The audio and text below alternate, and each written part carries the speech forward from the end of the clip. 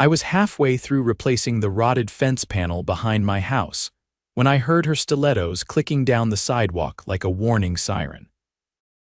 I didn't even have to look up to know who it was. Opal Richmond, the self-appointed queen of the Oak Creek Homeowners Association, marching toward me in her signature beige cardigan and a face like she'd just sniffed spoiled milk.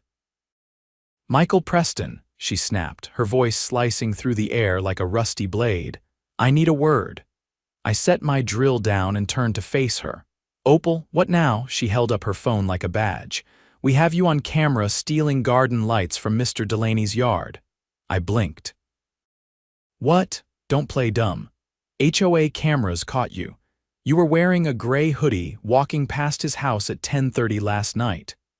I stared at her, trying to decide if this was a prank or if she'd finally lost whatever was left of her mind. "I was wearing a gray hoodie because I was walking my dog. I've done that every night for the past 2 years. She crossed her arms like she was delivering a guilty verdict. "Then you won't mind if I call the police?" "You're out of your mind," I said. "You have no proof I stole anything." She raised one penciled-in eyebrow. "The board already voted on it this morning. You'll be fined $200 for theft and trespassing, and if the police confirm it, it'll be bumped to $1,000. Now I was pissed. "You voted on a fine before calling the cops, before even telling me. It's in the bylaws," she said with a smug look. "Section 6, Article 12. Suspicion of theft is grounds for immediate disciplinary action."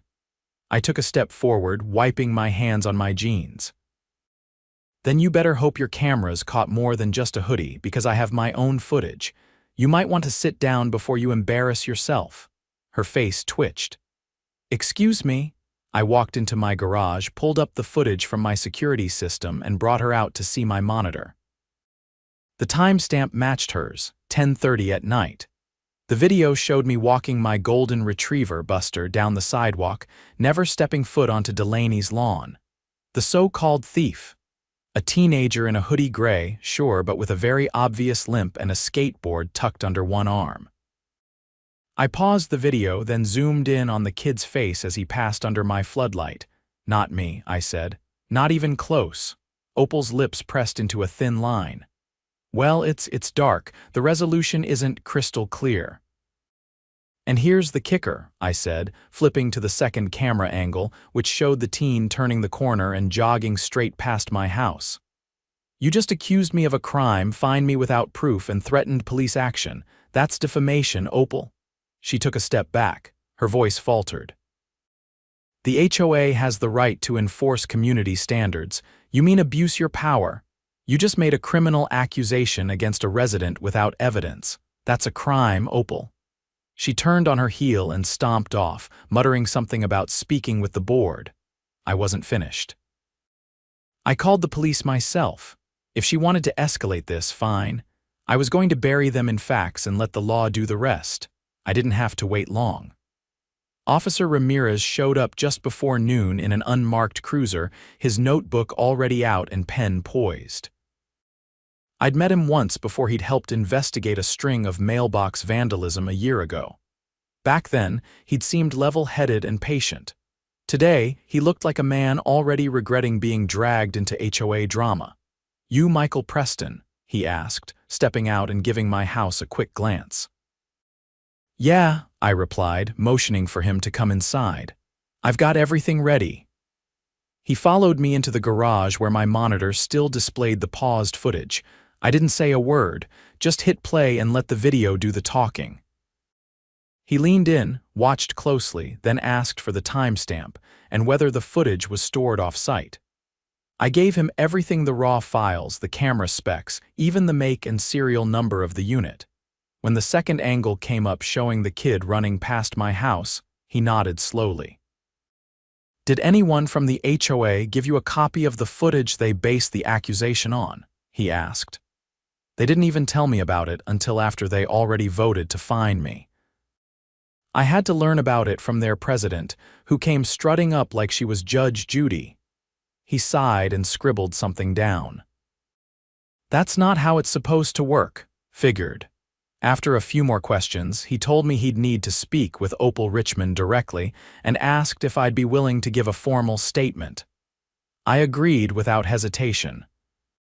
He left with a flash drive of my footage and a copy of the HOA's printed notice complete with the fine amount and accusation. I didn't expect to hear anything for a few days, but less than 2 hours later, Opal was back. This time she wasn't alone. She stood on the sidewalk, arms crossed tightly, while Officer Ramirez spoke to her in low tones. Her expression had changed, completely no longer superior, now tense and twitchy. I watched from my porch, not bothering to hide. Ramirez's eyes flicked up to me once, then back to her. I couldn't hear much, but I caught one line clearly when he raised his voice just enough. "You filed a false report. That's a criminal offense." Her mouth opened and closed, but she didn't argue, not out loud. He escorted her to his cruiser, not in handcuffs, not yet, but the implication was heavy. She climbed in without protest. The engine rumbled to life and they drove off slowly, the air around the street charged like after a lightning strike. By sunset, word had spread. I got the full story from my neighbor, Derek, who lived 2 houses down and worked as a paralegal. He'd been at the emergency HOA meeting that afternoon, where a few members had tried to walk back the accusation. But it was too late. Ramirez had already filed an incident report, and the footage I provided had been submitted to the district attorney's office. Apparently, this wasn't the first time Opal had stretched the truth. She'd previously accused a retired Navy vet of trespassing just for trimming a hedge that slightly crossed her property line. That accusation hadn't made it to court, but it had been enough to scare the poor guy into moving out. This time, though, she'd crossed a legal line. The following morning, I received a call from Detective Alyssa Tran from the county's White-Collar Crimes Division. She introduced herself and explained that they were launching a broader investigation into the Oak Creek HOA. "Why white-collar crimes?" I asked.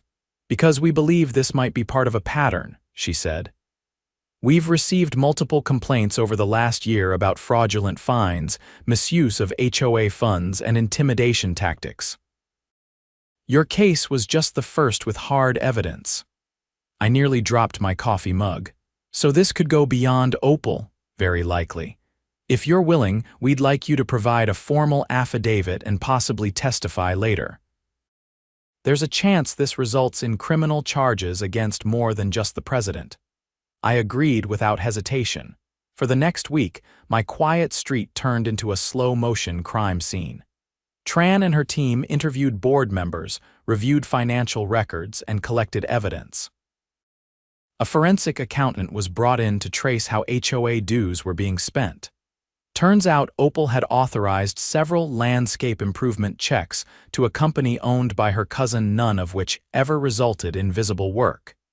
Then came the kicker: the camera footage the HOA used to accuse me. It wasn't even real-time surveillance. It had been doctored. The board's tech officer, a guy named Trevor who ran a side business fixing laptops, had spliced together clips to make it look like I lingered near Delaney's yard. But the timestamps didn't match something Ramirez had picked up on immediately. When questioned, Trevor cracked. He admitted Opal had pressured him into editing the footage to frame me, hoping to scare me into compliance over a separate dispute, one I hadn't even known about. Apparently, I was on a watch list, because I'd once questioned the HOA's decision to ban solar panels.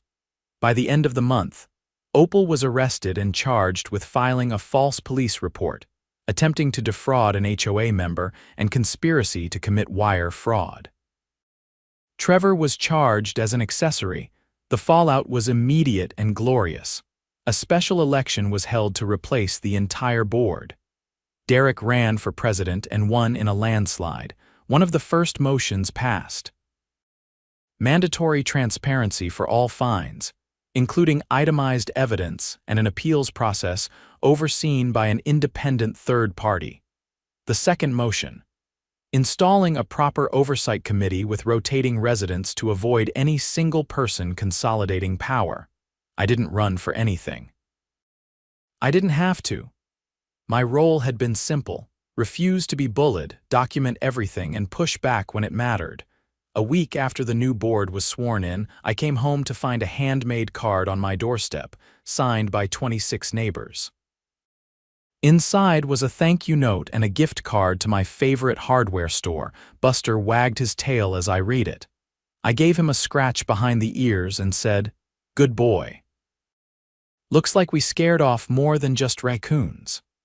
By mid-March, the Oak Creek Neighborhood Newsletter, once a dull PDF packed with lawn care tips and passive-aggressive reminders about trash bins, read more like a crime blotter.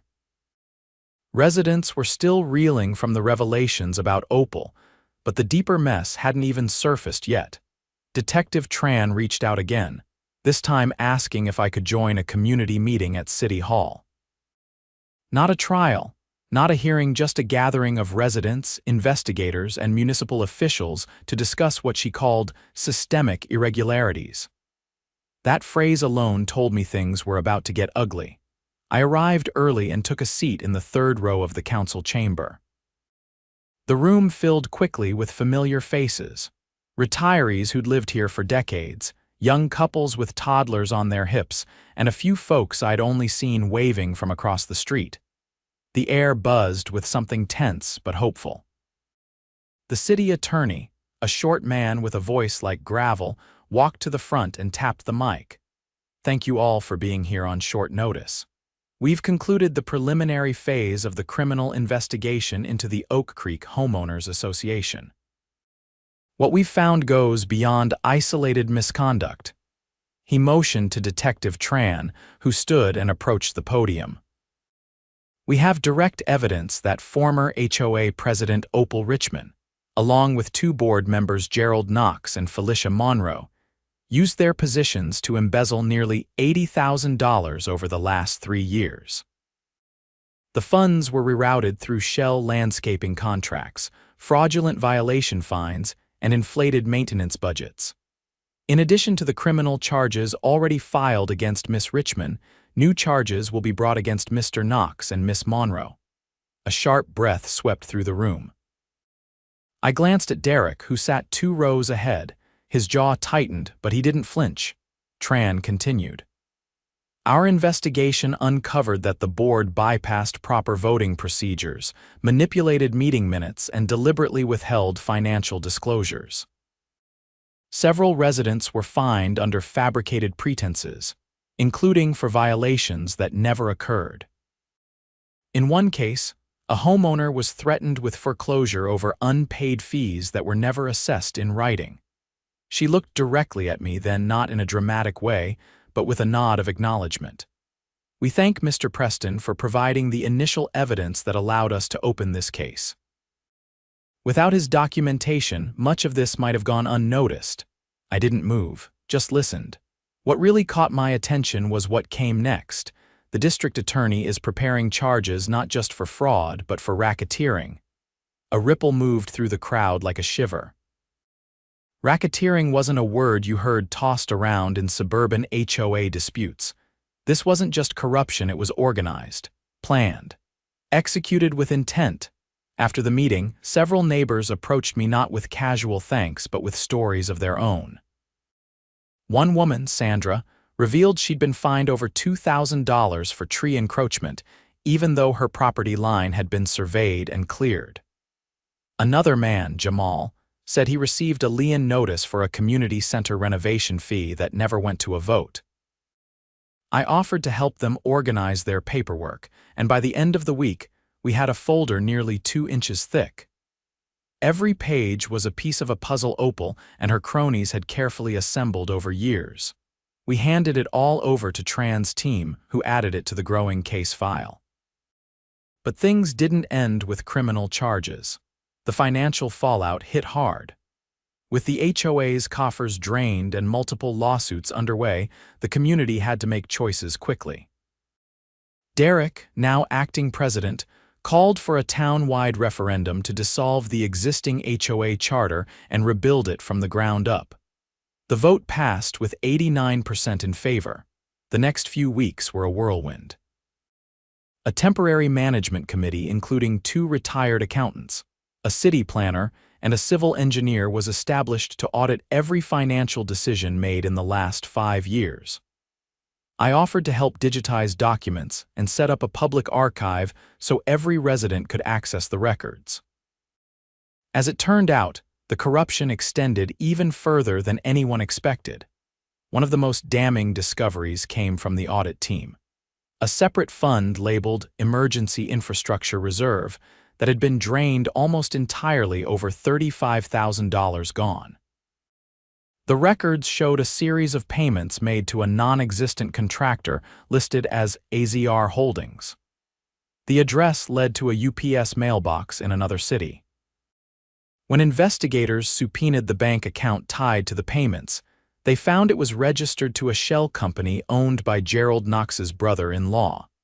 The city attorney moved to tack on wire fraud and money laundering charges. By then, Knox and Monroe had both lawyered up, but the paper trail was airtight. Their arraignment was scheduled for early April. Still, what shook people the most wasn't the money. It was the deliberate targeting. Neighbors started comparing notes. People who'd spoken up at meetings or questioned budget allocations were suddenly hit with obscure violations. One woman was fined for excessive leaf fall from a tree that wasn't even on her property. Another was told her garden gnome violated visual harmony guidelines, a clause that didn't exist in any official documents. None of this was sloppy or random. It was methodical. The worst of it came from a nurse named Leela who lived at the end of the cul-de-sac. She'd been issued a fine every month for nearly a year for unauthorized driveway usage. Her crime? Letting her teenage daughter park in the driveway while she was home from college. When she couldn't pay the mounting penalties, the board initiated foreclosure proceedings without sending proper notice. The foreclosure was stopped only because her bank flagged the HOA's lien as irregular. But she came within days of losing her home. That broke something in the neighborhood. The trust people had put in the system, however begrudgingly, was shattered. But in its place, something else took root. Resolve, residents began holding weekly meetings at the community park. No more closed-door sessions. No more filtered minutes. Every vote, every budget item, every policy change was now logged publicly. And for the first time, people actually showed up not just to complain, but to contribute. I didn't plan to become a fixture in local governance, but somehow, I found myself helping draft the new HOA charter alongside a small legal subcommittee. We built in term limits, independent audits, and a recall process that required only 20% of residents' signatures, not the impossible 45% Opal had written into the old charter. By late spring, the new HOA board was sworn in 7 residents, elected by open ballot, all vetted by a third-party ethics panel provided by the city. Opal, Knox, and Monroe were indicted on a combined 23 counts, including conspiracy, fraud, abusive process, and racketeering. Their trials were scheduled for the summer.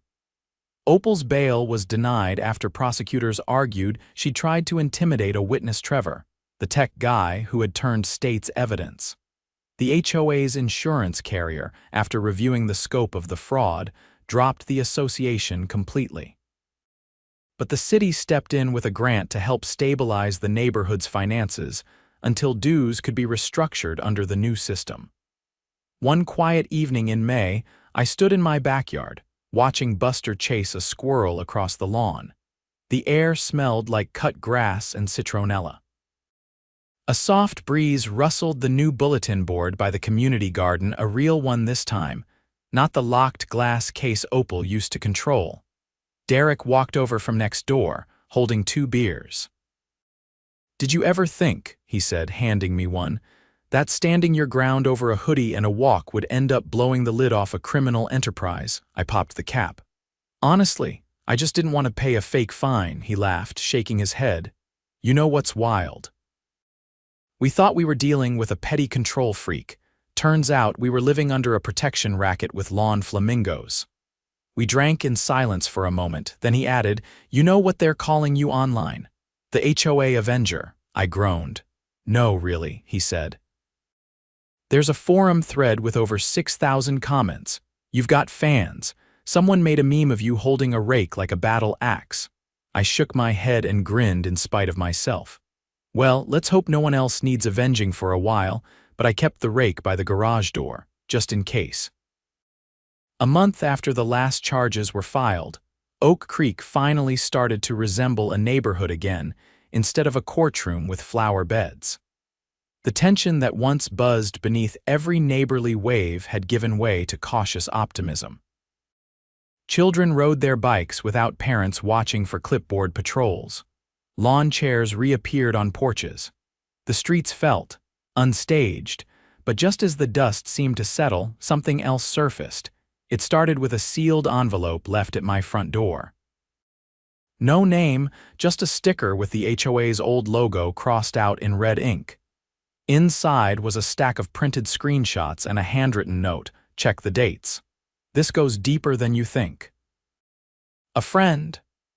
The screenshots were from an internal email thread between former board members' messages that had clearly been deleted before the investigation began. The emails discussed a liability containment strategy and referenced a place called Clearwater Terrace. I didn't recognize the name, but one email stood out. It read, "If we settle with Clearwater quietly and bury the records, we can avoid another payout.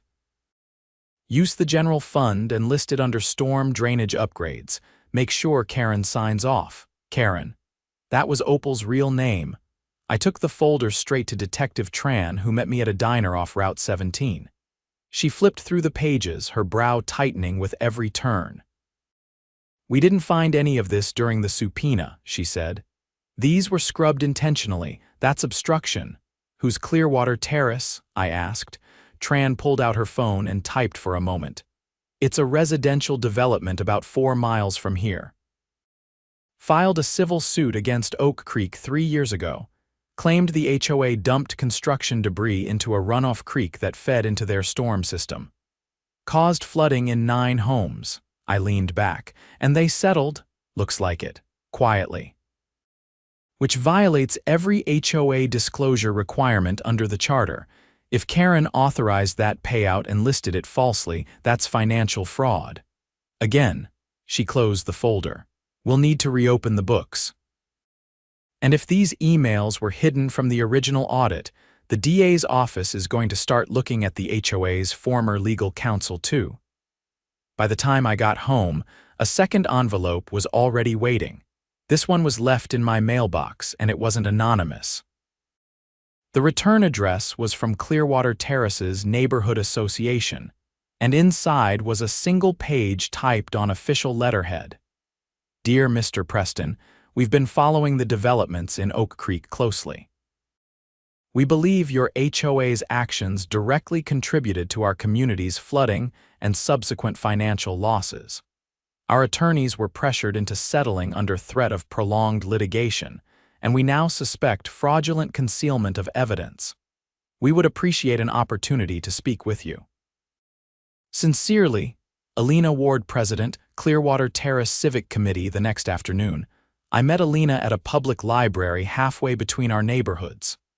She was in her early 40s, sharp-eyed, and carried a binder thick enough to warrant a gym membership. "Your HOA poisoned our creek," she said before we even sat down. "And they paid us off with your dues." She opened the binder and showed me photos of a collapsed retaining wall, silt-choked drains, and dozens of black garbage bags dumped near a culvert. We traced the debris back to a landscape project Oak Creek completed in 2019. The contractors admitted they were told to dispose of waste off-site, but no one would say where. Until we found this. She flipped to a drone photo and aerial view of a stretch of creek behind her neighborhood. In one frame, a pickup truck with the Oak Creek HOA logo was parked beside the drainage inlet. "Karen authorized that dump site," she said. We finally got one of the board members to admit it under deposition, but they refused to provide the emails, said they were deleted during a server migration. I handed her the copies I'd received. She scanned them quickly, then looked up in disbelief. These proved deliberate concealment. This isn't just negligence. This is environmental crime, falsified records, conspiracy to defraud, and obstruction. Tran wasted no time. Within 3 days, a second warrant was issued for a storage unit registered under a dummy LLC tied to Gerald Knox. Inside, they found 2 banker boxes full of shredded documents, including HOA meeting minutes, budget drafts, and most damning of all, handwritten notes referencing a clean sweep of email servers. The notes were signed with Karen's initials. The DA leveled new charges: environmental violations, felony obstruction, destruction of evidence, and criminal conspiracy. With the added weight, Karen's legal team caved. She entered a plea deal in exchange for a full confession and all remaining documents. Her deposition was held in a closed courtroom, but a few details leaked. She admitted that the board had knowingly instructed workers to dump landscaping debris into the creek to cut disposal costs. When Clearwater's neighborhood flooded, they authorized an off-the-books settlement and masked it as infrastructure work. The entire thing was funded with dues skimmed from Oak Creek residents, but the most disturbing revelation, they did it twice. Another dump site existed, this one near a public nature reserve.